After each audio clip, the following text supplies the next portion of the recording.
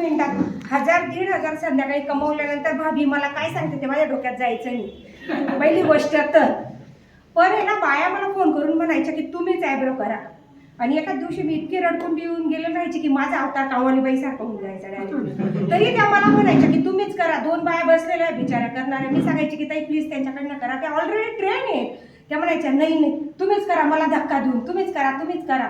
मी एक दिवशी इतकं मला गरगर व्हायला लागलं डायरेक्टली. मी विचार केला की बापरे हे सोडून आता दुसरं बी काहीतरी बघू आपण, कारण हे जास्तच बाहेर होऊन गेलं. बघा बाया समजायच्या मनस्थितीमध्येच नाही. फेशियल बी तुम्ही करा, आयब्रो बी तुम्ही करा, कटिंग बी तुम्हीच करा आणि ऑलरेडी ट्रेन आहे, माझ्यापेक्षा छान करताय. मी सांगते पण त्या समजायलाच तयार नाही.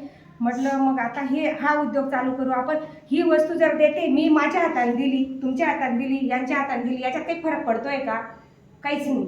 मग मी याच्यात लक्ष दिलं मनापासून की याच्यात आता आपण घुसू, थोडंसं हे बाजूला करू, नाहीतर वय झाल्यानंतर आपले मुलं आपल्याला म्हणतील ओ बाई साईडला बस.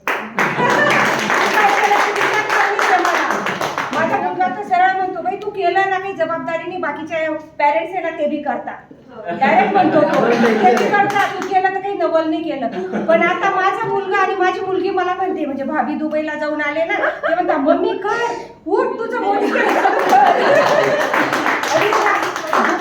दुबईला आम्हाला नाही घेऊन गेली तरी चालेल पण पप्पाला दुबईला तर काहीच नाही. एक मजे खातर मी काम करते. सकाळी येते पार्लरमध्ये, तिथं माझ्याकडे ज्या लेडीज येतात त्या, घरी तरी कोणी आलं तर चहा पाणी करायला लागते, टाइमपास होतो, पण माझ्याकडे ज्या येतात त्या आणि जी गरजची वस्तू आहे त्यांना तीच वस्तू मी देते. त्यांना मी बळजबरी करत नाही, बिलकुल बळजबरी करत नाही. त्यांना फक्त सांगते की तुम्ही वापरून बघा, आज पैसे नाही काही हरकत नाही, 8 दिवसानंतर पैसे द्या, काही प्रॉब्लेम नाही. थांबावं लागतं थोडंसं, कुठलाही बिझनेस करायचा राहिला 2-3 दिवस 8 दिवस थांबावं लागतं.